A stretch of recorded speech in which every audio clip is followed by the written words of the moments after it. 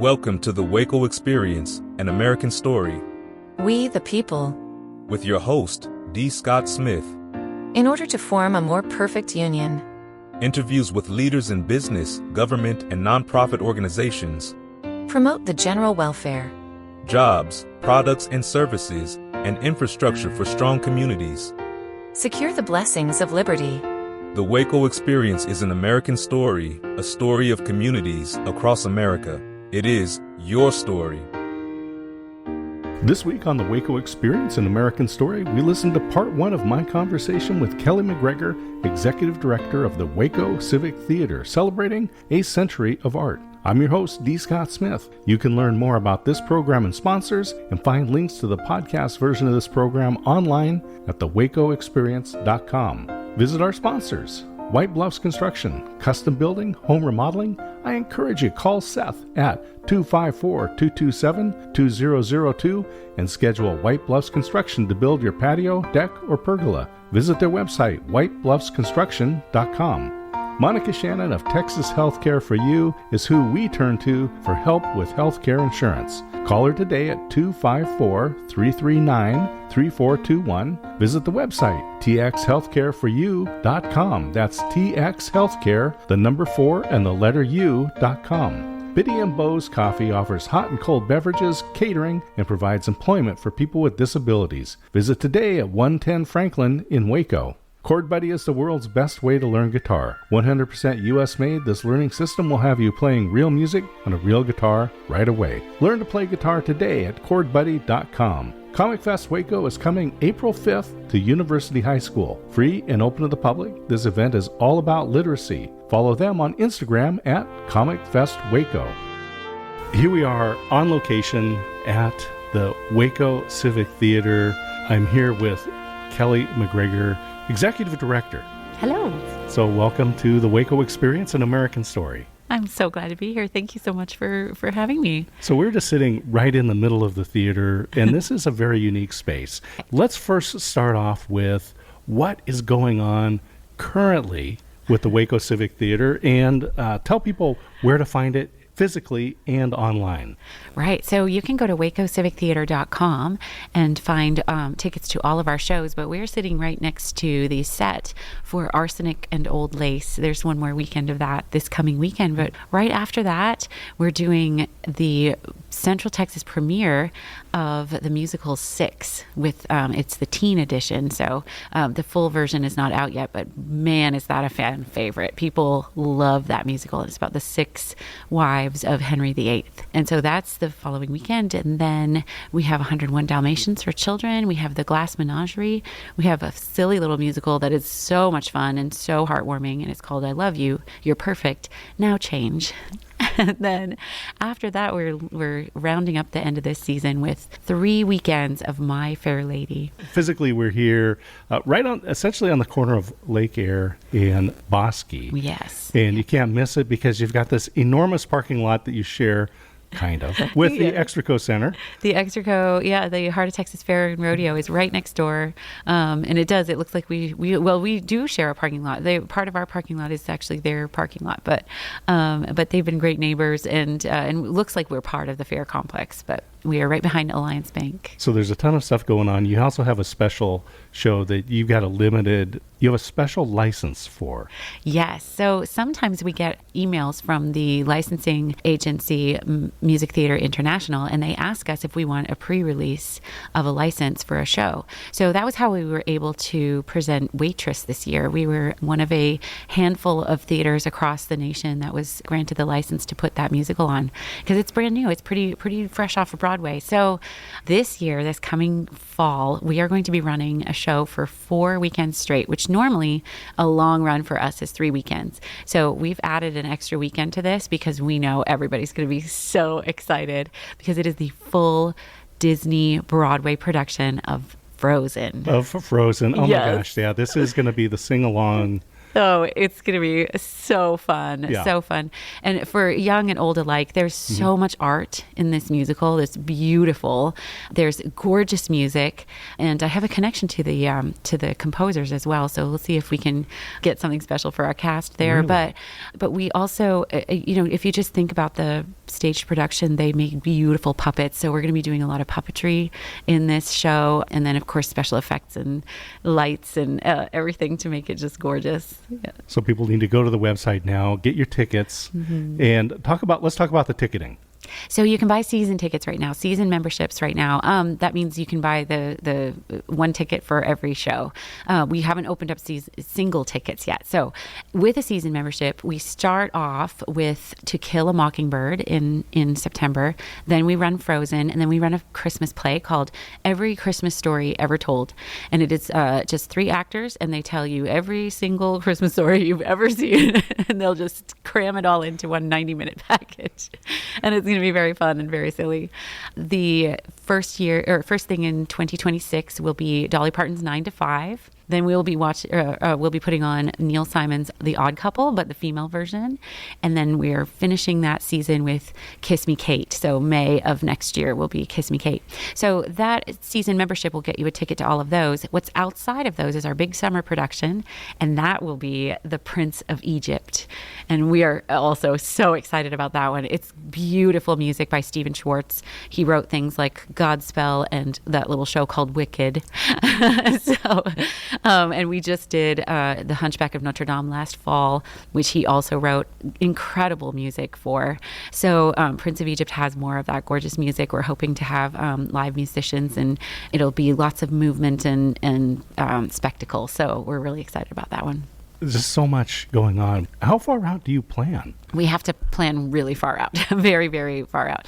So basically, we are already starting on the following season right now. Once you announce and you secure the rights for all of your shows, you just start looking forward into the future right away because it takes time. It takes time to gather up what you're looking for, what WACO might be looking for.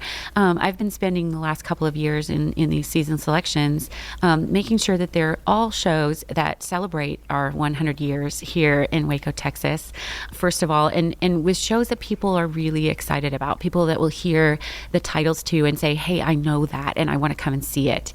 But I also want to be able to establish trust with our Waco audiences, because there are some shows out there that I know Waco is going to love, but they might not recognize the title.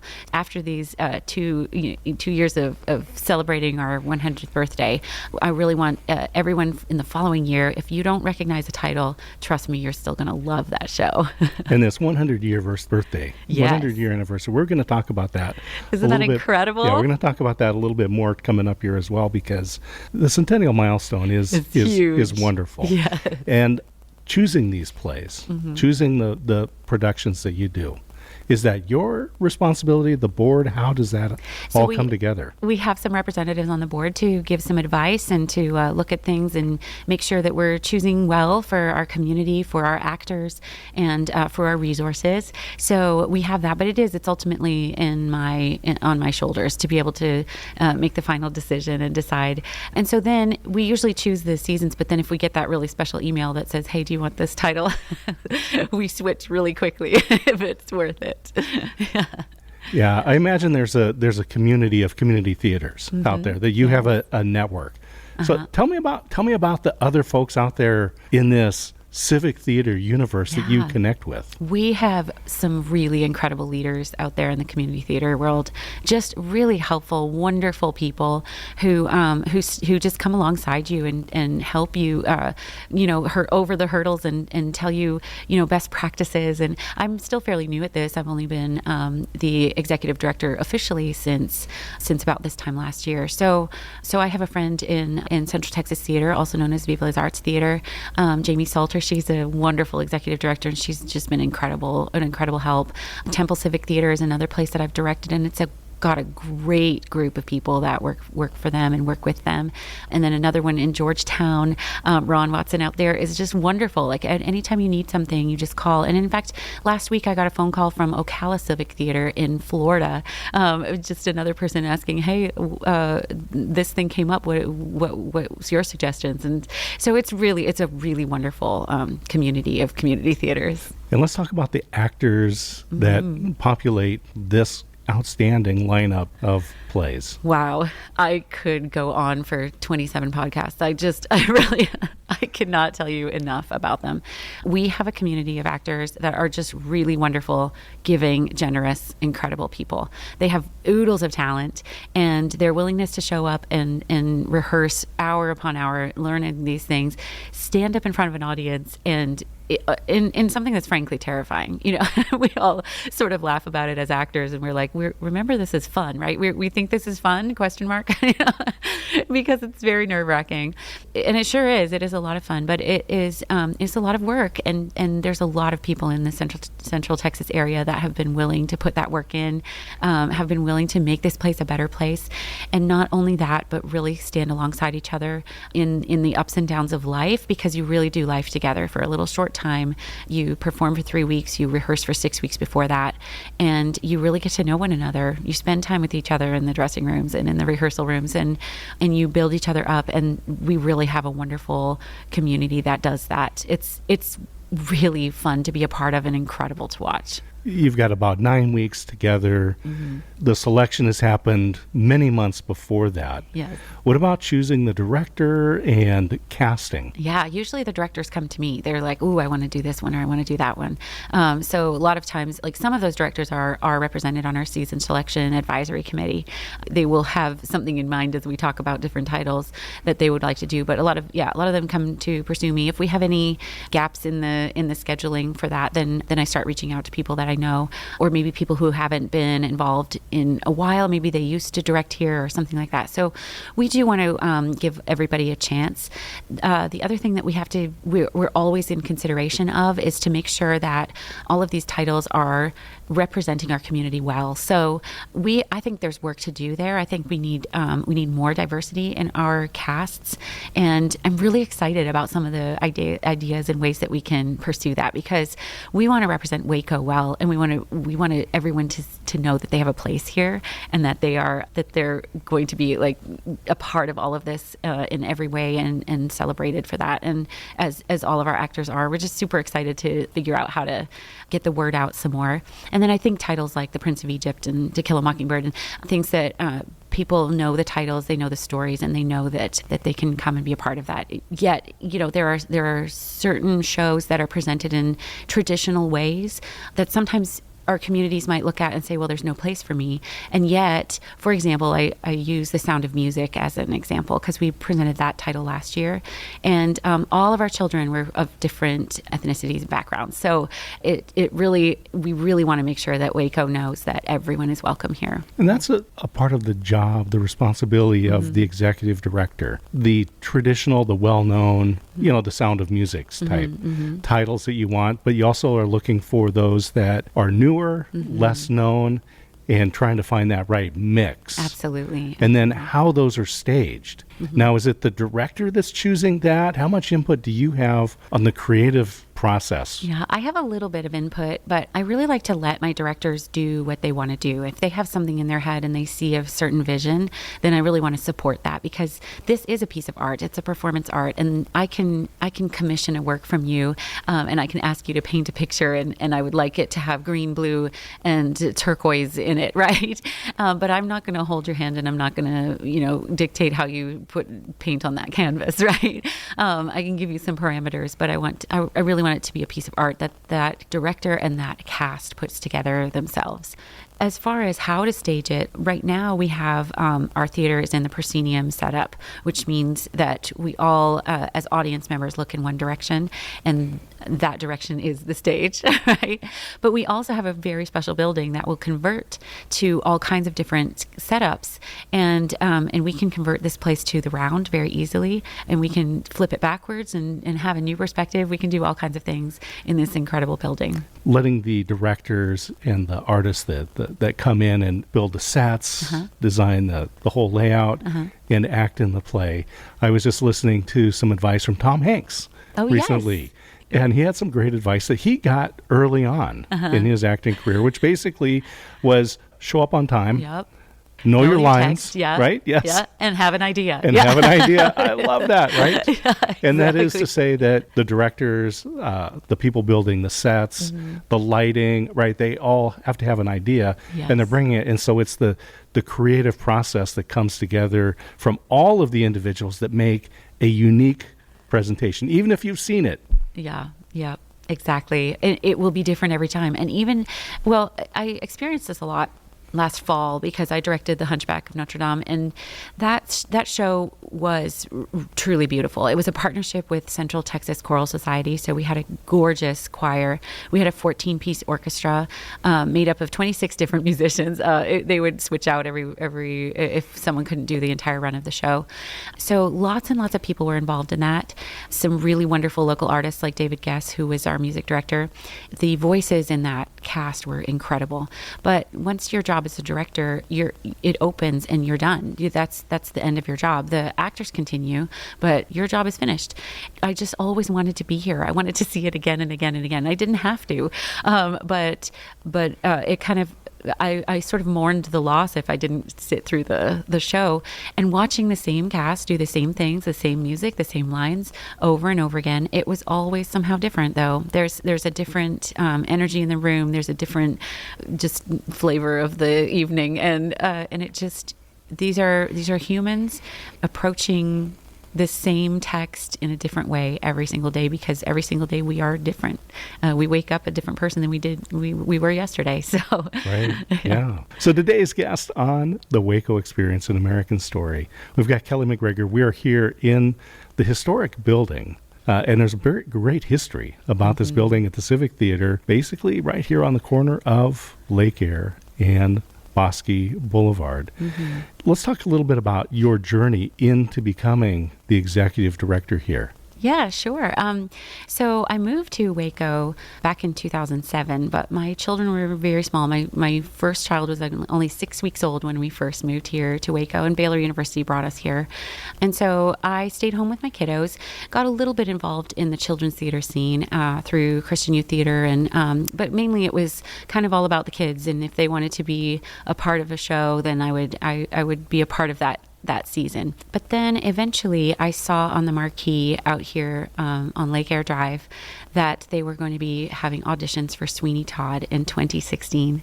And my husband saw that with me, and he said, "Hey, you should audition for that." So I did, and I've already mentioned him. David Guess was the music director at the time. So we became great friends once I was cast as Mrs. Lovett in that show. And I had such a wonderful time, met some incredible people. We did this piece of art together, and then we became fast friends. I met so many people during that time that I have stayed close with and stayed connected to. So it was wonderful. I stayed involved in the theater, continued to do Pride and Prejudice later that season, directed the following season. So I directed Steel Magnolias the following season, costumed Shakespeare in Love. So I made all of those period costumes. It was really fun to dress the Queen Elizabeth I. Karen Savage played a mean Queen Elizabeth, and it was wonderful. I just had a really great time. Then of course COVID happened and lots of things stalled for a little bit, and then that kind of gave a lot for theaters and performing arts institutions to recover from. There was lots of help with sort of COVID relief grants and stuff like that. Lots of different businesses were able to struggle back to life, and this place was one of them. So in 2023, the board decided to put a change of leadership in. And so then they invited me to apply for the interim executive director position. And at that time, I was teaching voice at Baylor Theater. So I was teaching voice to musical theater students, which I love. And my students are still there. Some of them are graduating this year. And I stay in touch with all of them as well. I've been invited to lots of weddings and baby showers and all of that. Very, very close with all of those colleagues over there at Baylor, but trying to do both jobs as interim executive director and as a voice teacher over there was a lot. So I opted to apply full time for the position here. And so, right about June 1st was officially when I first started. You have a background in singing and acting. I do. So there's a little glimpse into that background. Yeah. My undergrad is a Bachelor of Fine Arts in Musical Theater from the University of Windsor, Ontario, Canada. The BFA in Musical Theater at that time was the only 4-year degree that you could get in all universities in all of Canada. So lots of people auditioned for that. And I was fortunate enough to be accepted into that program. It helped me connect to a lot of really, really interesting people, wonderful artists and colleagues there as well. And I often joke with people as I sit in my living room and watch television, and I'll be like, oh, hey, there's somebody I graduated with. They're in my living room right now on the television. And then I got married and moved to the state of Florida, so my husband could finish his PhD in accounting, and then I got my master's of music and voice performance at the University of Florida, and then went on there to begin teaching and directing operas and shows and musicals around the state of Florida, and the rest is history, I guess. Well, and not to get too personal, but you mentioned that the Odd Couple, the female version, is going to be one of the ones, the accountant and the actor. That's funny. It is a funny combo, isn't it? You would be surprised at how many times we have combined those two things together. I love it. We got the right brain, left brain. Everything's going together. And life is good. And my husband is probably one of the most creative people I've ever met. So he gives every accountant a run for their money. But what we have done over the years is combine these two skills. First, it started with me coaching his students when they had case competitions in accounting. So Baylor would put together a team, and then they would represent nationwide these different case competitions. And so I was teaching the accountants how to present in a room about their topic. Of course, I don't know a whole lot about accounting, but I do know a lot about presentations. So I was able to help them through, and they won. So that was fun. And teaching accountants theater games and skills was they get a little scared at first, but everybody knows it's just a lot of fun, and it's a lot of not taking yourself too seriously and getting comfortable in front of an audience. And so we went on to I've been coaching executive MBAs on that same thing. One of my good friends that I graduated with, and she's actually going to come be a part of Prince of Egypt, the choreographer for Prince of Egypt. So she's coming down from Canada to be that. But she and my husband and I actually put together some of these workshops as to how to basically own the room and figure out how to land your client, make your pitch, and all of these theater skills in a business context. We are here at the Civic Theater celebrating the 100-year anniversary. And I know that I was here earlier for a networking event, and Kelly, you were taking people on a tour and telling the history of the theater, of this building, of the design. And I was telling somebody about this particular design that this particular building is purpose-built for the WACO Civic Theater. Absolutely. And it was built in the 50s. Yes. And I'll say that it's got that 50s avant-garde mindset. Yes, exactly. That mid-mod heading that direction, right? Absolutely. This building was necessary. We'll put it that way. Back in 1925 was when Waco Little Theater started here in Waco, Texas, and there was a large population of Waco that was really interested, just very passionate thespians, and so they decided to begin as the Waco Little Theater, and they were so strong for several years, and then suddenly in the history there's this gap, and it has quite a bit to do with the war, Second World War, but there were other things happening in Waco too. I have a feeling there were in old Waco Tribune articles, there were mentions of the Bosque Little Theater and the China Spring Little Theater, and a bunch of other little theaters kind of cropped up.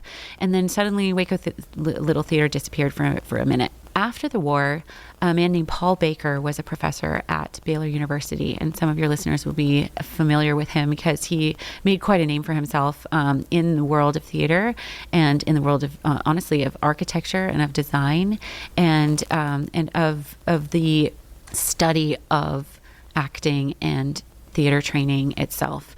He was quite an expert. So Baylor was incredibly lucky to have him. He made national news all the time. He was wonderful, a really, really wonderful asset. At one point, there was something about I think it's Eugene O'Neill's Long Day's Journey into Night. And whatever happened there, Paul Baker decided to bring his talents elsewhere. And so the elsewhere was Dallas, Texas. And in Dallas, he started the Dallas Theater Center. So that's the history of the Who at the time of the post-war Waco Little Theater. The Who was Paul Baker and the remnants of Waco Little Theater deciding to come back together and forming WACO Civic Theater. And that was in the early 40s, and they were kind of nomadic. So because Paul had ties to a Baylor theater, they would often perform either at Waco Hall or some of the different venues at Baylor. They would perform in different places around town, but they didn't really have a home until there was a building on 25th Street that they finally acquired for the WACO Civic Theater, and they called it the Fort Theater.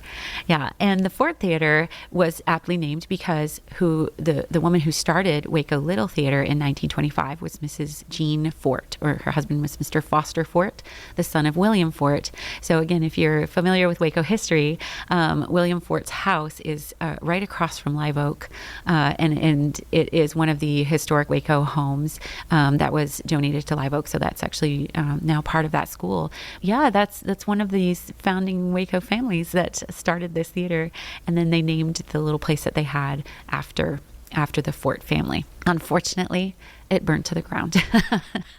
And so they were back to being nomadic, trying to find another place to live. And at that time, the board of the Waco Civic Theater and Paul Baker got together with Madison Cooper.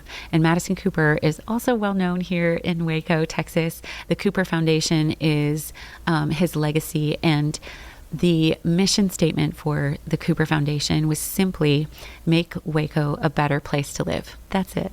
And that was what Madison Cooper wanted. That's what he wanted his legacy to be.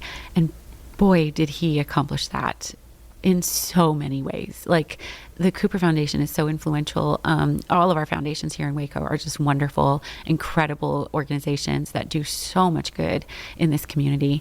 But Madison Cooper was quite closely tied. We know lots about him. We've been learning a lot about him as we dive into the 100-year history of WACO Civic, because he was so closely tied to us. But he was the one that gave the money for this building to be built. The board president at the time was Hilton Howell. Hilton Howell was closely in correspondence with James Hull Miller, the architect for this building. So James and Paul Baker, he used Paul Baker's ideas and his designs. He designed this building around those ideas and created this incredible space. As you come in the doors and you walk into the theater, you're standing essentially on the stage. You're on the stage level. You are on the same flooring as the actors. And then you can either choose to sit in one of these seats on that level, go up to a riser in the back of the theater here, or you can start heading downwards into the pit, because they designed this so that it's actually this is all solid concrete, and you walk down the steps and you'll go down 3 levels and sit on one of those levels or down at the bottom of the pit, and then you're looking up at the stage. So you actually have to come in and down in order to get to the heart of this theater. Listen to our next episode for part 2 with Kelly MacGregor of the WACO Civic Theater. The WACO Experience, an American Story, is a production of D. Scott Smith Company, all rights reserved. Thank you for listening.